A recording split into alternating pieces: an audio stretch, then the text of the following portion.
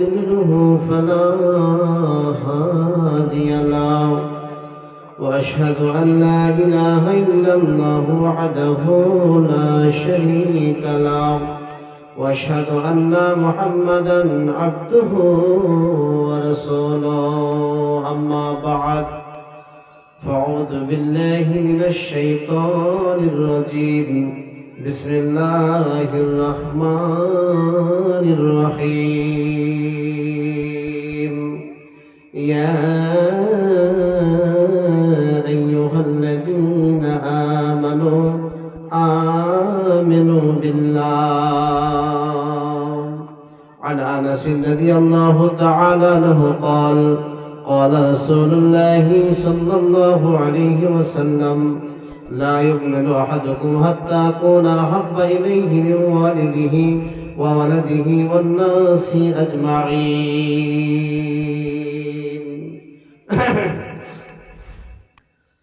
ما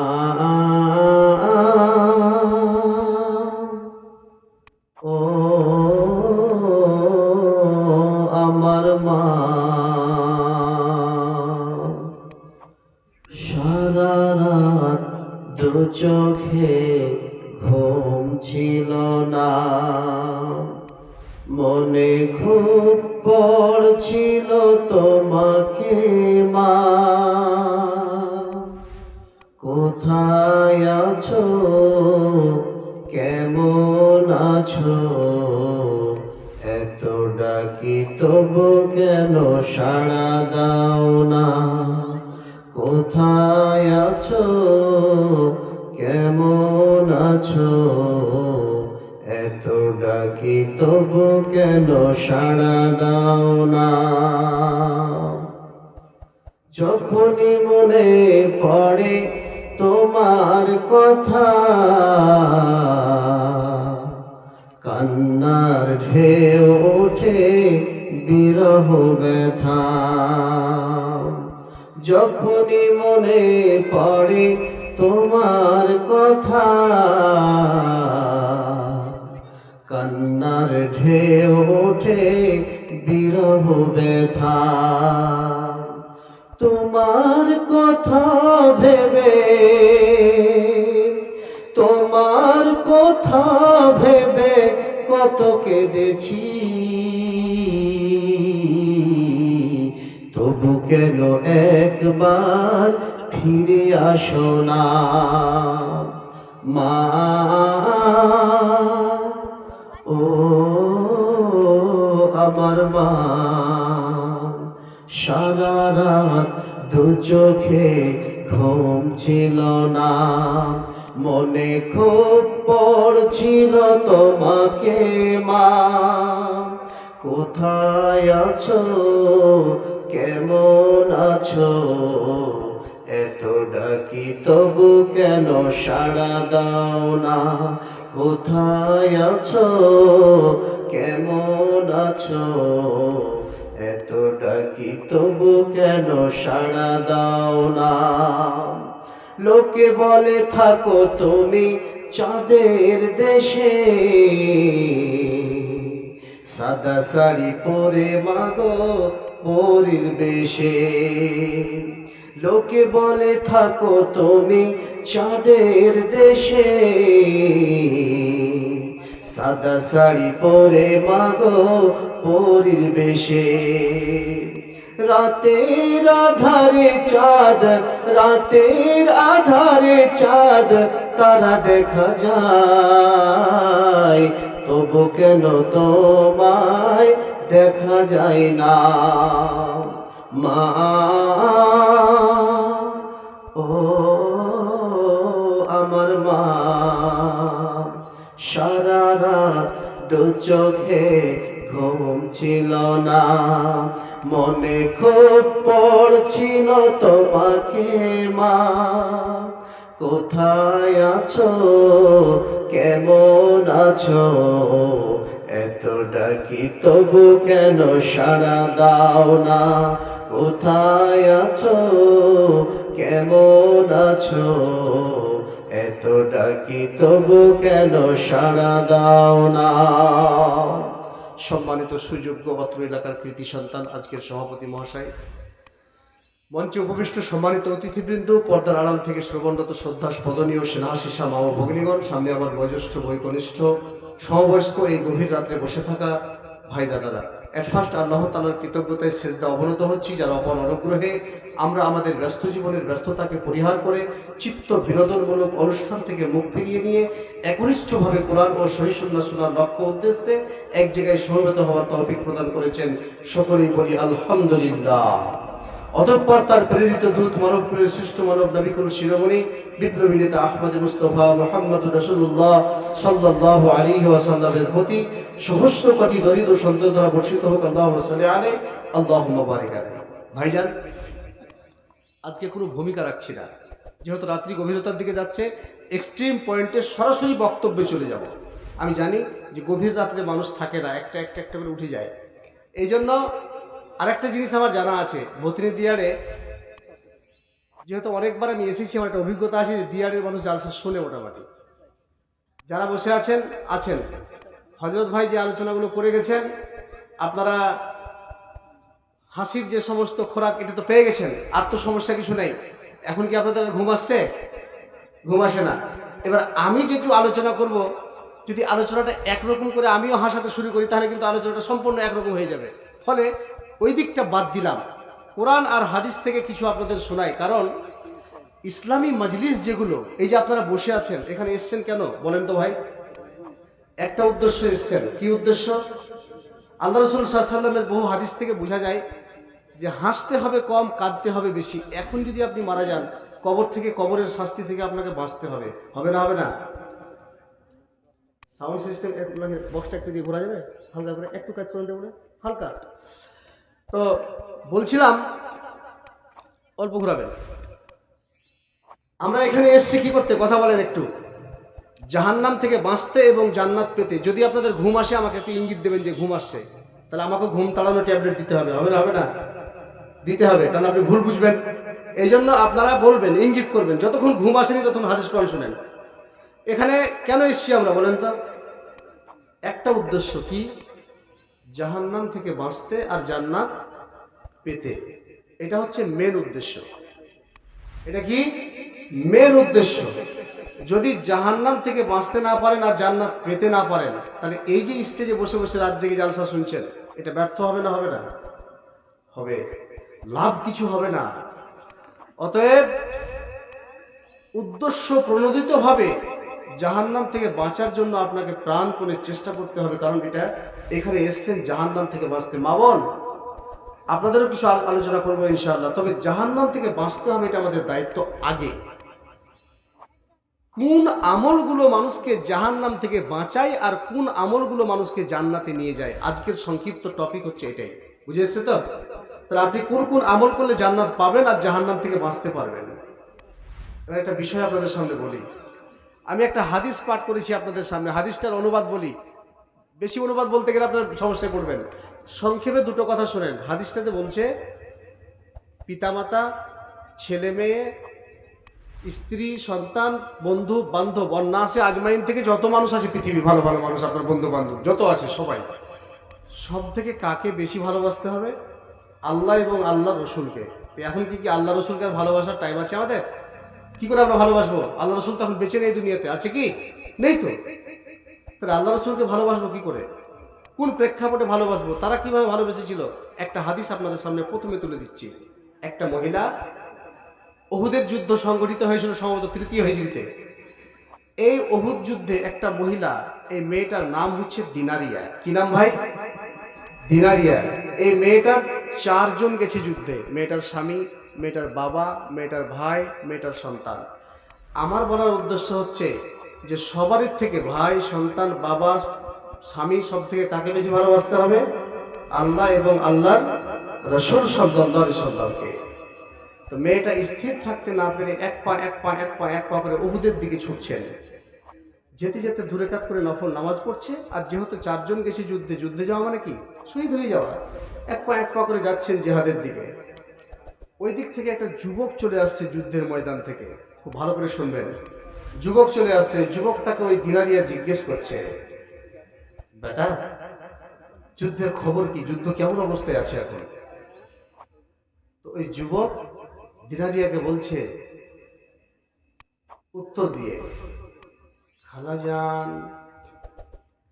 আমি আপনার সন্তানের মতো, আমি এক্ষুনি উহুদের প্রান্ত থেকে, জুহাদের ময়দান থেকে বাড়ির দিকে ফিরে আসছিলাম। আস্তে আস্তে দেখলাম আপনার কলিজার টুকরা সন্তান উহুদের প্রান্তে ফ্ল্যাট হয়ে পড়ে আছে। আপনার সন্তান মারা গেছে, আপনার ছেলেকে অমুসলিমেরা শহীদ করে দিয়েছে। দিনারিয়া খালা একটু মাথাটা ঝাড়া দিয়ে বললেন, পাগল ছেলে, আমি তোকে আমার মতো দিনারিয়ার সন্তানের কথা জিজ্ঞেস করিনি রে। আমি দিনারিয়ার সন্তান, আমার সন্তানের ভালো মন্দ জানার জন্য আমি জিহাদের ময়দানের দিকে ছুটে যাইনি রে। আমি ওই উদ্দেশ্য করে জিহাদের দিকে যাইনি। আমার যাওয়ার কারণটা শুনে নাও। কারণটা হলো, জিহাদের ময়দানে আমার মতো দিনারিয়ার সন্তান যদি মারা যায়, ইসলামের চুল পরিমাণ কোনো ক্ষতি হবে না। একজনের সন্তান তিনি হলেন আব্দুল্লাহ, আরেকজন মায়ের সন্তান তিনি হলেন আমেনা। এই দুজনের কলিজার টুকরা সন্তান জনাবে মুহাম্মদুর রাসূলুল্লাহ সাল্লাল্লাহু আলাইহি ওয়াসাল্লাম উনি কেমন আছেন, দয়া করে এই সংবাদটা দাও। যুবক বললেন, খালা খুব ভালো আছে, আলহামদুলিল্লাহ পড়লেন, 2 রাকাত নফল সালাত পড়লেন, এগিয়ে গেলেন। কিছুক্ষণ যাওয়ার পরে আরেকজন ছেলের সঙ্গে দেখা। জিজ্ঞেস করার আগেই ছেলেটা দেখেই, দিনারিয়াকে দেখেই চোখের জল ফেলতে শুরু করেছে। দিনারিয়া বলছে, বেটা, আমি তোমাকে জিজ্ঞেস করবো উহুদের প্রান্তের সংবাদ, তার আগেই তোমার চোখে জল, কি হয়েছে? বলল, খালাজান, কিছুক্ষণ পূর্বে, প্রায় 30 থেকে 35 মিনিট পূর্বে আপনার সন্তান উহুদের প্রান্তে শহীদ হয়েছিল। এখনই আমি যুদ্ধের ময়দান ছেড়ে আসলাম। আপনার জন্মদাতা পিতা, যেই পিতা হলো একজন সন্তানের ছাতা, এই পিতাকে দেখলাম তার গলাটাকে কেটে উহুদের প্রান্তে তারা কাফিরেরা ফেলে দিয়েছে। অতএব আপনার পিতা আর দুনিয়াতে বেঁচে নেই, ইহজগৎ ত্যাগ করে পরকাল গমন করেছে। দিনারিয়া আরো জোরে মাথাটা ঝাড়া দিয়ে বললেন, পাগল ছেলে, তোকে আমার মতো দিনারিয়ার পিতার কথা জিজ্ঞেস করিনি। তুই বল, ফাতেমার পিতা বিশ্বনবী জনাবে মুহাম্মদুর রাসূলুল্লাহ সাল্লাল্লাহু আলাইহি ওয়াসাল্লাম ওই লোকটা কেমন আছে? আমি তার খোঁজে ছুটে যাচ্ছি। আমার মতো দিনারিয়ার পিতার খোঁজে উহুদের ময়দানের দিকে ছুটে যায়নি। খালা খুব ভালো আছে। মৃদু হাসলেন, চলে গেলেন। সংক্ষেপে বলছি, 4 জনই শহীদ। ভাই শহীদ, স্বামী শহীদ, পিতা শহীদ, সন্তান শহীদ। আল্লাহু আকবার।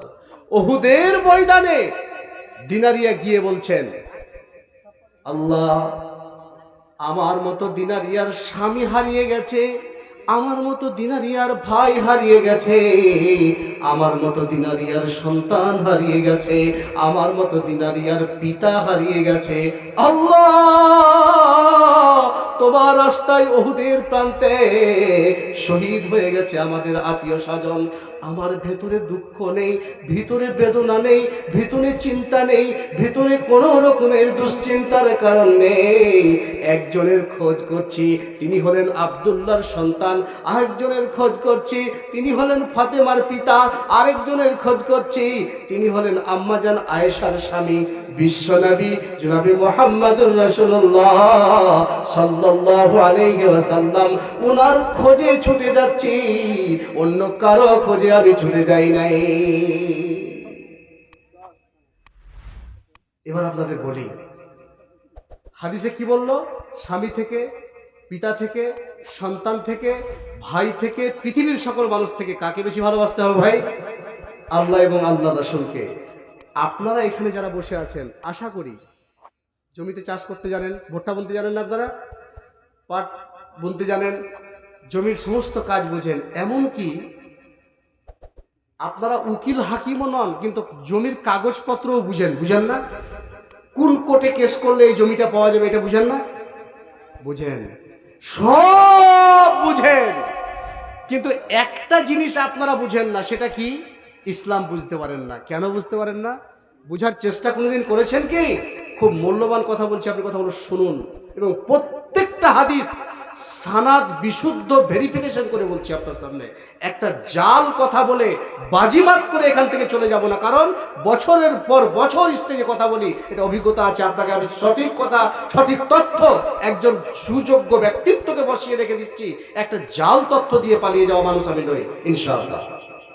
আপনি শুনুন, কোনোদিন গেছেন ইমাম সাহেবকে বলেছেন, মাওলানা সাহেব কি আমাকে একটা দোয়া শিখিয়ে দেন না, আমার দোয়াটা শুনেন তো, ঠিক বললাম না ভুল বললাম? কোনোদিন বলেছেন কি আপনারা? বলেননি। হযরতে আবু বকর সিদ্দিক রাদিয়াল্লাহু তাআলা আনহু জান্নাত পাওয়া কি অত সহজ? হযরতে আবু বকর সিদ্দিক রাদিয়াল্লাহু তাআলা আনহু বলেন, উনি আসলেন কার কাছে? বিশ্বনবীর মজলিসে।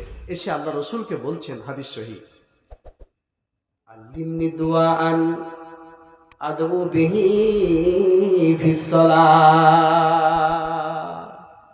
বিশ্বনবী জনাবে মুহাম্মদুর রাসূলুল্লাহ সাল্লাল্লাহু আলাইহি ওয়াসাল্লাম, আপনার মজলিসে এসেছি একটা আশা নিয়ে, আকাঙ্ক্ষা নিয়ে, একটা বিশাল বড় প্রত্যাশা নিয়ে আপনার দরবারে এসেছি। আল্লাহ রাসূল গো, আল্লিমনি দুআআন, একটা দোয়া আমাকে শিখিয়ে দেন, যেই দোয়াটা আমি নামাজে যদি পড়ি আমার জীবনের সমস্ত গুনাহ খাতাগুলোকে আল্লাহ রাব্বুল আলামিন মাফ করে দেবে। আল্লাহু আকবার। নবীজিকে এসে বলছেন কে? কে বলছেন ভাষাটা? হযরত আবু বকর সিদ্দিক রাদিয়াল্লাহু তাআলা আনহু।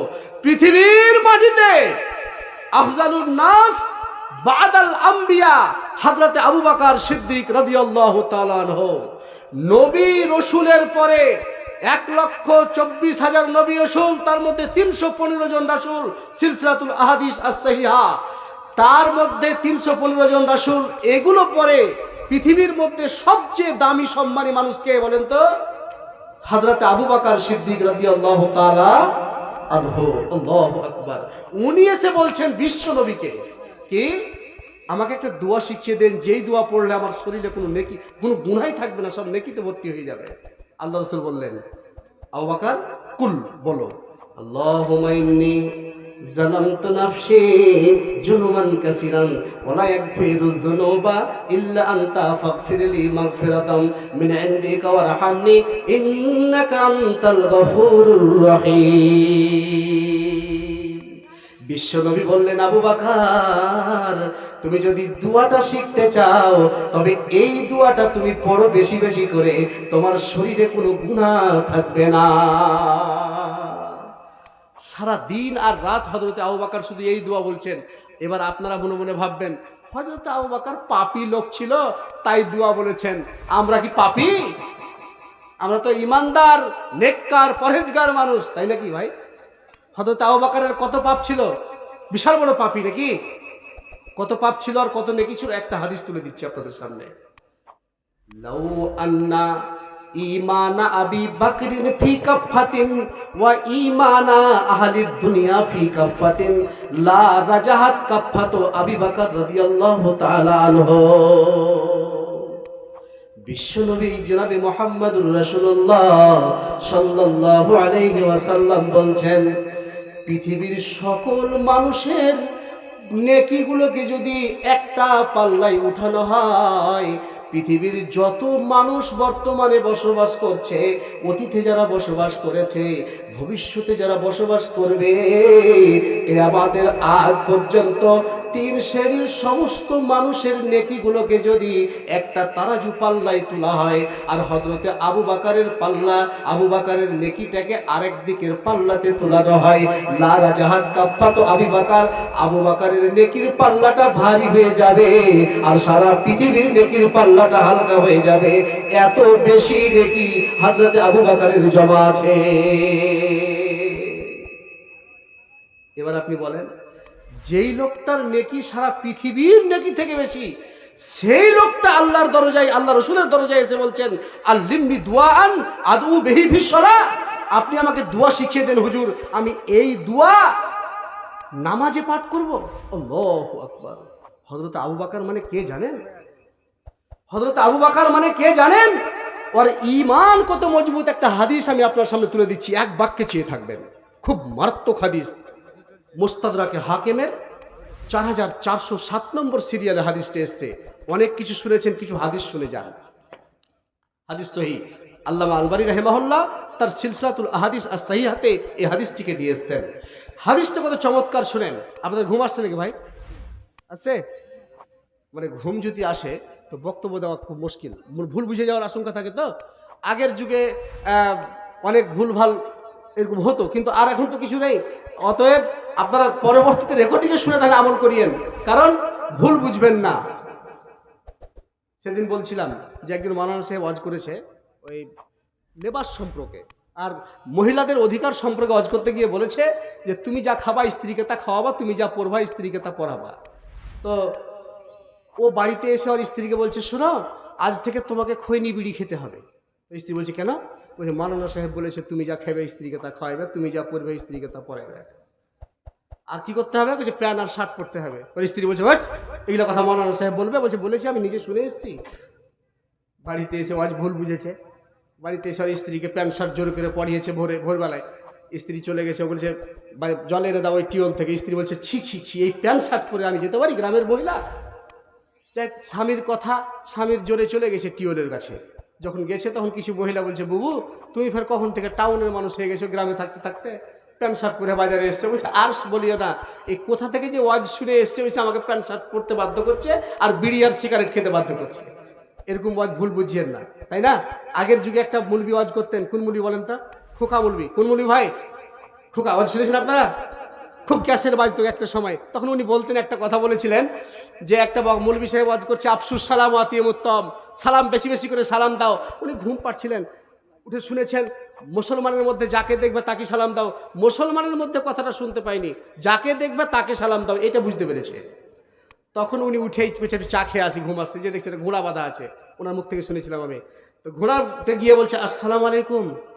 ভাই একটা জিনিস দেখেন, গরু মহিষের কাছে যদি আপনি যান, আপনারা যারা পুষছেন তারা বলতে পারবেন, গরু মহিষের কাছে গেলে দেখবেন একটু মাথা ঝাড়া দেয়, যায় না? দেয় না? দেয়? দেয়, আপনার অভিজ্ঞতা আছে। তো ওইখানে যখন গেছে তখন ঘোড়া একটু মাথা ঝাড়া দিয়েছে, তো এই মনে মনে ভেবেছে আমাকে সালামের উত্তর দিল।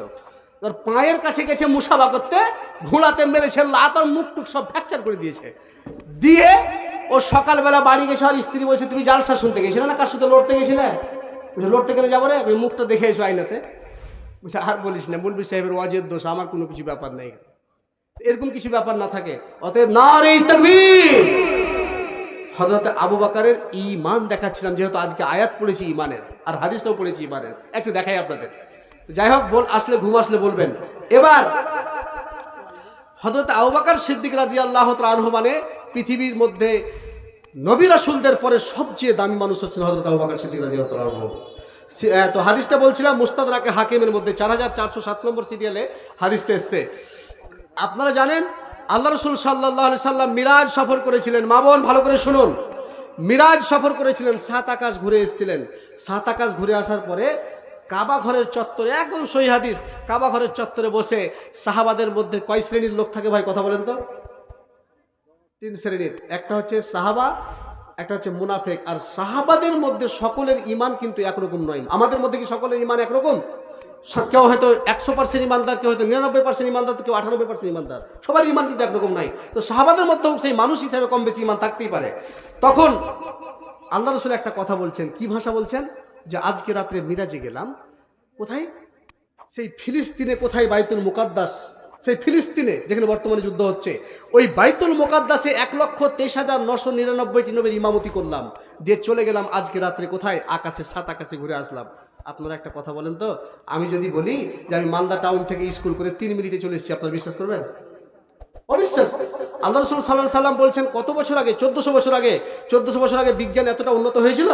এখন যদি বলি যে আধ ঘন্টায় চলে এসেছি প্ল্যানে উঠে, বা 10-5 মিনিটে, তাহলে বিশ্বাস করা যাবে তবুও যে ভূতনি বড় ফিল্ডে প্ল্যান নেমেছিল, তাই না? কিন্তু আল্লাহ রাসূল বলছেন 1400 বছর পূর্বে যখন এই কথা বলতে শুরু করেছেন, তখন মুনাফিকেরা কিন্তু সুযোগ গ্রহণ করেছে। ঠিক আছে, আল্লাহর রসুলকে আজকে পাগল প্রমাণ করে ইসলামকে চিরতরে মুক্ত করে দেবো ইনশাআল্লাহ। এবার তখন ওই মজলিসে হযরত আবু বকর উপস্থিত নেই। এখন ধরেন আমাকে দাওয়াত দিয়েছেন এই মাওলানা সাহেব, আমি ওনার দাওয়াত পেয়ে এসেছি, আপনাদের সামনে বলেছেন খুব ভালো আলেম, দাওয়াত দেন, আমি চলে এসেছি। আমি কোনো দুর্ঘটনা ঘটিয়ে পালিয়ে গেলাম, আপনারা কাকে ধরবেন? এই মাওলানাকে ধরবেন, কারণ উনি আমাকে দাওয়াত দিয়েছেন। তো হযরত আবু বকর সিদ্দিক রাদিয়াল্লাহু তাআলা আনহু বিশ্বনবীকে প্রথম বিশ্বাস করেছিলেন ইমানের ব্যাপারে। তখন মুনাফিকেরা বলছে, আরে আবু বকর কই, আইনা আবু বকর, আইনা আবু বকর। কেন? যে আবু বকর যে প্রথম বিশ্বাস করেছিল, উল্টাপাল্টা কেন কথা বলছে না? এক রাত্রে কি করে ফিলিস্তিন যাবে, আর এক রাত্রে কি করে সাত আকাশ ঘুরে আসবে? অসম্ভব, ইম্পসিবল ম্যাটার। তখন আবু বকরের বাড়ি চললো মুনাফিকেরা, সুযোগ গ্রহণ করেছে। মুনাফিকেরা কেন থাকতো নবীজির মজলিসে? এই জন্য থাকতো যে ইসলামের গোপন তথ্যকে পাচার করত তাদের জাতির কাছে। তখন আবু বকরের বাড়িতে এসে বলছে, হাল বালাগা কুমুর খাবার আবু বকর রাদিয়াল্লাহু তাআলা আনহু, আপনার কাছে কোনো খবর আছে? তখন হযরত আবু বকর বললেন, মা খবরকম, কিসের সংবাদ, কি খবর বলেন? তখন মুনাফিকেরা বলল, আরে আল্লাহ রসুল আজকে রাত্রে নাকি ফিলিস্তিন গিয়েছিল, বাইতুল মুকাদ্দাসে নামাজ পড়িয়েছে 1,23,999টি নবীর রসুলের, তারপরে আবার আকাশে গেছেন, 7 আকাশে ঘুরে এসেছেন, জান্নাত জাহান্নাম দেখেছেন। তখন হযরত আবু বকর বলছেন, মান কল, মান আখবারাক, মুখবেরকে, সংবাদদাতাকে, কে খবর দিল তোমাদের? তখন ওই মুনাফিকেরা বলল, আরে কলা রাসূলুল্লাহ সাল্লাল্লাহু আলাইহি ওয়াসাল্লাম, এটা অন্য কারো মুখ থেকে শোনা নয়, এটা আল্লাহ রসুল নিজেই কথা বলেছেন আমাদের সামনে কাবার চত্বরে বসে। এবার আপনি বলেন বিশ্বাস কি করে করবেন আর কি বলবেন? এই প্রেক্ষাপটে আপনি জানেন না। তখন হযরত আবু বকর বলছেন, জবাবটা দেখেন, ইন কানা ক্বালা যালিকা মুহাম্মাদুন লাকাদ সাদাকা। রে নবীজির সাহাবারা, আমি হযরতে আবু বকর সিদ্দিক রাদিয়াল্লাহু তাআলা আনহু বলছি, যদি এই বাক্যগুলো, যেই বাক্যগুলো তোমরা আমার সামনে উপস্থাপন করলে, এই বাক্যগুলো যদি, এই কথাগুলো যদি বিশ্বনবী জনাবি মুহাম্মদুর রাসূলুল্লাহ সাল্লাল্লাহু আলাইহি ওয়াসাল্লাম নিজের মুখ দিয়ে বলে থাকেন, অবশ্যই অবশ্যই অবশ্যই তিনি সত্য কথাই বলেছেন, তিনি কোনোদিন মিথ্যার আশ্রয় নিতে পারেন না। মুনাফিকরা বলছে, আরে আপনি তো মুকাল্লিদ হয়ে গেছেন, অন্ধবিশ্বাসী হয়ে গেছেন, এত আশ্চর্য ধরনের কথা বলছেন, আপনি বলছেন ঠিকই বলেছে। তখন হযরত আবু বকর বলছেন, এর চেয়ে যে দুই আশ্চর্য ধরনের সংবাদ বিশ্বনবীর মুখ দিয়ে শুনতে পান, আপনারা বিশ্বাস করে নিয়েন। আমি আবু বকর বিশ্বাস করে নিয়েছি। কেন বিশ্বাস করেছি? লিআন্না আয়াতিয়া খাবরুস সামায়ে ওয়াদওয়াতান ওয়া বুকরাতান, আকাশ থেকে সকাল সন্ধ্যা আল্লাহর নবীর কাছে ইনফরমেশন আসতে থাকেন, খবর আসতে থাকেন, তথ্যগুলো আসতে থাকেন। আল্লাহর নবী জনাবি মুহাম্মদুর রাসূলুল্লাহ সাল্লাল্লাহু আলাইহি ওয়াসাল্লাম এমন একটা তথ্য কোনদিন জাতির সামনে উপস্থাপন করবেন না যে তথ্যটা আল্লাহ তাকে বলতে বলেন নাই। আল্লাহ যদি বলতে না বলেন তো ওই মুহাম্মদ সাল্লাল্লাহু আলাইহি ওয়াসাল্লাম একটা তথ্য জাতির সামনে বলবেন না। এবার আমি আপনাকে বলি, হযরত আবু বকর মানে কে? কে লোকটা? কোন ইমানদার লোক? খাদেম যদি ইনকাম করে মালিকের জন্য খাওয়া জায়েজ না না জায়েজ ভাই? জায়েজ। খাদেম ইনকাম করে নিয়ে আসতেন হযরত আবু বকরের জন্য। আল্লাহ রাসূল হযরত আবু বকর জিজ্ঞেস করতেন, এটা হালাল না হারাম পন্থায় ইনকাম করেছো? খাদেম বলতো যে হালাল, তখন খেতেন, হারাম বললে ছেড়ে দিতেন। যতদিন হযরত আবু বকর জিজ্ঞেস করেছেন, খাদেম কোনো দিন হালাল হারাম বলেননি, সব দিন হালালই বলেছেন। একদিন যখন আপনি আমাকে বারবার যদি জালসায় ডাকেন, 4 বার জালসায় ডেকেছেন, ধরেন 4 বার ভালো ওয়াজ করেছি, একবার ওয়াজ খারাপ করতে পারি শেষের বেলায়, তো 4 বার যদি ভালো ওয়াজ করি তো পঞ্চমবার বেলায় আপনার বিশ্বাস থাকবে না? থাকবে না? থাকবে। তো হযরত আবু বকর যতবার তার চাকরকে জিজ্ঞেস করেছে হালাল না হারাম, হালাল না হারাম, চাকর বলেছে হালাল হালাল হালাল হালাল, তখন তার বিশ্বাস হয়ে গেছে। একদিন জিজ্ঞাসা ছাড়াই কয়েকটা খেজুর টেবিলে রাখা ছিল, তুলে মুখে ভরে দিয়েছে। আর যেমনই হযরত আবু বকর খেজুরটা খেয়েছে, চট করে তার খাদেম শাহাদাতের আঙ্গুল তুলে দিয়েছে হযরত আবু বকরের দিকে। আমিরুল মুমিনিন, খলিফাতুল মুসলিমিন, আপনার কাছে একটা প্রশ্ন আছে। হযরত আবু বকর বললেন, কি প্রশ্ন বাবু বলো? খাদেম বললেন, আমিরুল মুমিনিন, আপনি যতদিন আমার কাছে আমার উপার্জন খেয়েছেন, আমার ইনকাম করা জিনিস খেয়েছেন, আমাকে জিজ্ঞেস ছাড়া কোনোদিন খান নাই, আজকে কেন জিজ্ঞেস ছাড়া খেলেন? দয়া করে উত্তরটা দেবেন। আমিরুল মুমিনিন হযরত আবু বকর বললেন, তোমার কাছে আমার বিশ্বাস জন্মে গেছে তোমার উপরে। যতবার তোমাকে জিজ্ঞেস করেছি প্রত্যেকবার তুমি হালাল হালাল হালাল হালালই বলেছো, কোনোদিন তুমি হারাম ইনকাম করনি। আমার বিশ্বাসটা হলো এই যে আমি আমার বিশ্বাসে ভেবেছি তুমি হালাল ছাড়া হারাম ইনকাম করবে না, তাই বিশ্বাস নিয়ে খেয়েছি। খাদেম বললেন, আমিরুল মুমিনিন, খলিফাতুল মুসলিমিন, এটা হারাম ইনকাম, এটা হারাম ইনকাম, এটা হারাম ইনকাম। হযরত আবু বকর বললেন, আমি তো তোমার উপরে বিশ্বাস করে খেয়েছি, অতএব একটা জল এনে দাও। ওই জলকে হযরত আবু বকর পূর্ণ পান করে নিলেন, আর জলটাকে পূর্ণভাবে পেট ভর্তি করে পান করে নেওয়ার পরে এইভাবে জিহুব্বাতে আঙুলটাকে ঢোকালেন, আর যা পেটের মধ্যে ছিল সব বমি করে ফেলে দিলেন।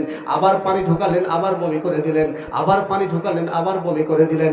হযরত আবু বকর বললেন, একবার বমি করলেই যথেষ্ট ছিল, কিন্তু বারবার বমি করার পেছনে একটা কারণটা শুনে নাও। খেজুরের মিষ্টি তো দূরের কথা, খেজুরের আঁশ তো দূরের কথা, একটু হালাওয়াত, একটু মিষ্টতা যেন আমার পেটের ভেতরে না থাকে, খেজুরের কোনো আঁশ আমার পেটের ভেতরে না থাকে। হতে পারে ওই মিষ্টতা টুকুই আমাকে জাহান্নামে নিয়ে যেতে পারে। আমি হযরতে আবু বকর জাহান্নামের আগুন সহ্য করতে পারবো না। ঈমান দেখেন, ঈমান কি জিনিস, ইসলাম কি জিনিস দেখেন, চিন্তা করেন। হযরত আবু বকরের ঈমান দেখেন। আমিরুল মুমিনিন হযরত উমর রাদিয়াল্লাহু তাআলা আনহু বলছেন, আমি একদিন, তারা খোলাফায়ে রাশিদিনেরা পাহারা দিতেন দরজায় দরজায়, কে খেতে পেলো কে পেলো না, কোন লোকটা খেতে পাচ্ছে, কার অসহায়, কে কোন স্ত্রীর স্বামী মরে গেছে, এগুলো দেখে বেড়াতেন তারা। আর তারা সেই যুগের নেতা, চিন্তা করেন।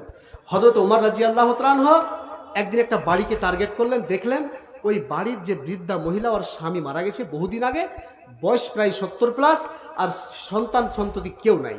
আমিরুল মুমিনিন হযরত ওমর দরজার দিকে দেখছেন যে এই বাড়িতে যেতে হবে, এই বৃদ্ধা মহিলা কি খাচ্ছে, পেচ্ছাপ পায়খানা কোথায় করছে, তার পরিষ্কার পরিচ্ছন্নতা নিয়ে আসতে হবে। তাই তিনি ওই বাড়ির ভেতরে দরজায় সালাম দিলেন ফজরের নামাজ পড়ার পরে, আসসালামু আলাইকুম ইয়া উম্মি। বৃদ্ধা মহিলা বললেন, ওয়ালাইকুম সালাম। মা, আপনার স্বামী মারা গেছে আমি জানি, আপনার সন্তান সন্ততি নেই এটাও জানি, আমি আপনার খিদমত করতে এসেছি মা। বৃদ্ধা মহিলা বললেন, বাবা, একজন মানুষ এসেছিলেন, আমার পায়খানা পেচ্ছাপগুলোকে পরিষ্কার করে দিয়েছেন, আমার জামা কাপড়গুলোকে পরিষ্কার করে দিয়েছেন, আমাকে আবার নতুন জল তুলে দিয়েছেন, তারপরে এখান থেকে গেছে। হযরত ওমর বললেন, মা, লোকটা কে, যেই লোকটা আপনার খিদমত করতে এসেছিলেন? বৃদ্ধা মহিলা বললেন, কে এসেছিল এটা বলতে পারবো না, তবে কেন এসেছিল এটা বলতে পারবো। আমিরুল মুমিনিন হযরতে ওমর বলছেন, কেন এসেছিল? বৃদ্ধা মহিলা বললেন, খিদমত করতে এসেছিল, পেচ্ছাপ পায়খানা পরিষ্কার করতে এসেছিল, কিন্তু লোকটাকে দেখতে পাইনি। কেন দেখতে পাইনি বাবা? আমি কিছুদিন থেকে 2 চোখের অন্ধ হয়ে গেছে, আমি চোখ দিয়ে দেখতে পাই না। যেহেতু চোখ দিয়ে দেখতে পাচ্ছি না, কি করে লোকটার চেহারা তোমার সামনে উপস্থাপন করব? আমি লোকটাকে দেখতে পাইনি, তবে লোকটা এসেছিলেন কেন এটা বলতে পারলাম, কে এসেছিল এটা বলার ক্ষমতা আবার নেই। হযরতে ওমর ফজরের নামাজের আগে একদিন চলে গেলেন ওই বাড়িটাতে, আবার দেখলেন অবস্থা একই, আর অবস্থা কোনো পরিবর্তন নেই।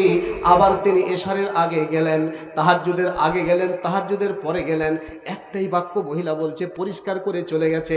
হযরত ওমর বলছেন, আহারে, আমি বারবার এই স্বামীহারা মেয়েটার খিদমত করতে আসছি, লোকটা কে খিদমত করে কখন চলে যাচ্ছে দেখতে পাই না। একদিন হযরতে ওমর রাদিয়াল্লাহু তাআলা আনহু বলছেন, আম্মা জান, কোন সময় আসলে দেখতে পাবো? বৃদ্ধা মহিলা বললেন, বাবার সময় ঠিক নেই, হতে পারে সকালবেলায় আসবা, না হলে সন্ধ্যাবেলায় আসবা। লোকটা 2 বার করে আসে, কিন্তু হযরতে ওমরের সঙ্গে সাক্ষাৎ হয় না। আমিরুল মুমিনিন খলিফাতুল মুসলিমিন হযরতে ওমর ফারুক রাদিয়াল্লাহু তাআলা আনহু একবার দূর থেকে চোখটাকে ধরলেন। আসরের সালাত আদায় করার পর ওই বাড়ির দরজার দিকে দূরে একটু আড়াল করে থাকলেন, আত্মগোপন করে দরজার দিকে তাকিয়ে দেখছেন লোকটাকে। মাগরিবের ঠিক আজানের কিছুক্ষণ পূর্বে একটা লোক হাব্বা জব্বা পোশাক পরিধান করে ওই বৃদ্ধা মহিলার বাড়ির দিকে ঢুকছেন। লোকটা অন্য কোনো ব্যক্তি নন, তিনি হলেন মুসলিম জাহানের প্রথম খলিফা হযরতে আবু বকর সিদ্দিক রাদিয়াল্লাহু তাআলা আনহু। এবার বলি, হযরতে আবু বকরের ঈমান দেখলেন আপনারা? দেখলেন? এবার একটু আপনাকে দেখাই, ঈমান যেহেতু ওয়াজ করছি, হযরতে উমর রাদিয়াল্লাহু তাআলা আনহুর ঈমান। মুজিবুর রহমান 500 টাকা দিয়েছে, আল্লাহ দান তুমি সাদরে গ্রহণ করো। আল্লাহুম্মা সাল্লি আলাইহি আল্লাহুম্মা বারিক আলাইহি। ভাই শেষ করে দেবো, আর 10 মিনিট থামেন, বেশি আপনাদের কষ্ট বিরক্তি দেবো না ইনশাআল্লাহ। ওই 12:30টা বাজতে যাবে, শেষ করবো ইনশাআল্লাহ। রাত্রি জাগিয়ে বেশি কষ্ট আপনাদের দেব না, একটু কিছু কথা বলছি হাদিস করেন, এগুলো শুনুন। এবার বলছি, হযরতে উমর রাদিয়াল্লাহু তাআলা আনহু ইনি কত বড় ঈমানদার। একটা হাদিস, শুধু একটা হাদিস যথেষ্ট ঈমানের ব্যাপারে, আপনি শুনুন ভালো করে। বিশ্বনবী সাল্লাল্লাহু আলাইহি সাল্লাম একদিন ফজরের সালাতের পর, এই হাদিসের সানাদ সহিহ, বিশুদ্ধ সানাদ, উমর রাদিয়াল্লাহু তাআলা আনহুর দিকে ইঙ্গিত করে বলছেন, ওহ সুবহানাল্লাহ, কি বলছেন? আল্লাহ রাসূল বলছেন, আজকে রাত্রে আমাকে আকাশে নিয়ে যাওয়া হয়েছিল, মানে আকাশ গেছিলাম, স্বপ্নের মাধ্যমে দেখি আকাশের ভেতরে এত সুন্দর জান্নাতের মধ্যে একটা ঘর, মা রাইতো কাবলাহু কাত, আমার জীবনে এত সুন্দর ঘর আমি বিশ্বনবী সাল্লাল্লাহু আলাইহি ওয়াসাল্লাম কোনোদিন দেখিনি। আল্লাহু আকবার, কত সুন্দর! বলছে স্বর্ণ এবং রৌপ্য দ্বারা গঠিত ঘর, এত সুন্দর ঘর আমার জীবনে আমি মুহাম্মদ সাল্লাল্লাহু আলাইহি ওয়াসাল্লাম কোনোদিন দেখিনি। এতামান্না কালবি, আমার অন্তরে চাইছিল, আকাঙ্ক্ষা জাগছিল আমার অন্তরের, যে ঘরটা মনে হয় আমাকে দেওয়া হবে বসবাস করার জন্য। বিশ্বনবী সাল্লাল্লাহু আলাইহি সাল্লাম ঘরটাকে নেওয়ার জন্য আকাঙ্ক্ষিত, প্রত্যাশিত। কাকে দেখি? আল্লাহ রাসূল বলছেন, কাকে জিজ্ঞেস করবো এই ঘর সম্পর্কে? কাউকে দেখে পাচ্ছি না। দেখছি ঘরের পাশে একটা বৃদ্ধা মহিলা বসে আছে। আমি জিজ্ঞেস করলাম, ইয়া উম্মি লিমান হাদাল কসর, মা এই ঘরটা কার জন্য নির্মাণ করা হয়েছে? তখন ওই বৃদ্ধা মহিলা উত্তর দিচ্ছেন, লিরাজুলিম মিন আরব, এটা আরবের একটা মানুষের জন্য এই ঘর নির্মাণ করা হয়েছে। আচ্ছা বলেন তো, আল্লাহ রাসূল কোন দেশের মানুষ ভাই? আরব দেশের। এটা আরবের একটা মানুষের জন্য নির্মাণ করা হয়েছে। তখন আল্লাহ রাসূলের অন্তরটা বড় হয়েছে, তিনি বলছেন, আনা আরাবিউন আনা আরাবিউন আনা আরাবিউন লিমান হাদাল কাসার। বৃদ্ধা মা, আরে আমি তো আরবের মানুষ, আপনি বলেন না ঘরটা কার জন্য নির্মাণ করা হয়েছে? তখন ওই বৃদ্ধা মহিলা বলছেন, লিরাজুলিম মিন কুরাইশ, হ্যাঁ আরবের মানুষ, তবে কুরাইশ বংশের লোকটা। আল্লাহ রাসূল কোন বংশের ভাই? কুরাইশ বংশের। অন্তরটা বড় হয়ে বললেন, আনা কুরাইশিউন আনা কুরাইশিউন আনা কুরাইশিউন লিমান হাদাল কাসার, মা আমি তো কুরাইশ বংশের, আমি তো আরবের মানুষ, বলুন না ঘরটা কার জন্য নির্মাণ করা হয়েছে? তখন ওই বৃদ্ধা মহিলা বলছেন, আরে বাপরে, ওই মমতাজি নাকি, যে মমতাজ হাত দিয়েছে? মমতাজ বলে এক মহিলা সুন্দর দুটি পলা দিয়েছে, আল্লাহ দান তুমি সাদর গ্রহণ করো। আল্লাহ যতদিন এই মা পৃথিবীতে বেঁচে থাকবে তুমি তাকে ঈমানের অবস্থায় বাঁচিয়ে রাখো, মৃত্যুর সময় কালেমায়ে তাওহীদ বলার সুযোগ করে দিও। আল্লাহুম্মা সাল্লি আলাইহি আল্লাহু বারিক আলাইহি। তো হযরতে মুহাম্মদ সাল্লাল্লাহু আলাইহি ওয়াসাল্লাম বলছেন, মা আরে আমি তো কুরাইশ বংশের মানুষ, বলুন না ঘরটা কার জন্য নির্মাণ করা হয়েছে?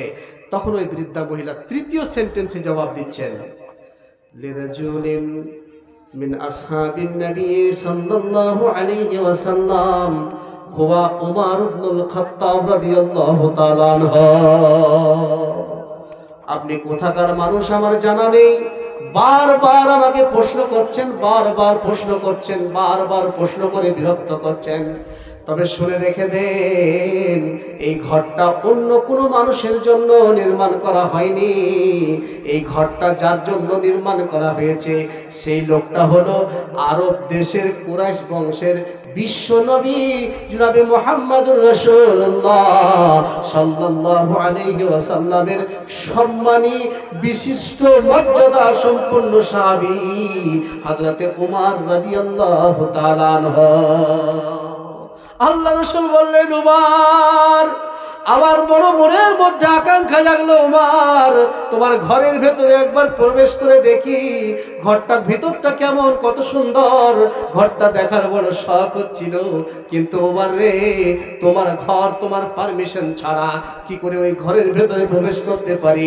আমিরুল মুমিনিন হযরতে ওমর বললেন, ও আল্লাহর রাসূল, এই কথা বলে আপনি আমাকে দুঃখ দেবেন না, এই কথা বলে আপনি আমাকে পাপী করবেন না, এই কথা বলে আপনি আমাকে কষ্ট দেবেন না। আমি ওমর কোথায় চায়ের আড্ডায় পড়ে থাকতাম, কোথায় জুয়ার আড্ডায় পড়ে থাকতাম, কোথায় মদের আড্ডায় পড়ে থাকতাম, কোথায় অন্যায় অপকর্মের সঙ্গে লিপ্ত থাকতাম, আপনাকে পেয়েছি। আপনাকে পাওয়ার পরে মনে হচ্ছে ইসলাম পেয়েছি। আপনার মাধ্যমে ইসলাম পেয়ে মদের আড্ডা থেকে ফিরে এসেছি, জুয়ার আড্ডা থেকে ফিরে এসেছি, তাসের আড্ডা থেকে ফিরে এসেছি, আর সব কিছুকে ফিরে এসে ইসলাম সঠিকভাবে পেয়েছি। আপনি দেখে আসেননি, দুঃখ পেলাম। যদি দেখে আসতেন খুশি হতাম। আমির 5,000 টাকা। নারে তাকবীর। আমির হোসেন 5,000 টাকা। কই আমির ভাই আছে নাকি? চলে গেছে। আচ্ছা, আমির হোসেন 5,000 টাকা। আল্লাহ তুমি এই দানকে সাদরে গ্রহণ করো। জগতম ভাই আমির হোসেন ভাই আমার মসজিদকে বানানোর জন্য 5,000 টাকা দান করেছে। আল্লাহ দানকে তুমি 5 কোটি বলে সাদরে গ্রহণ করো।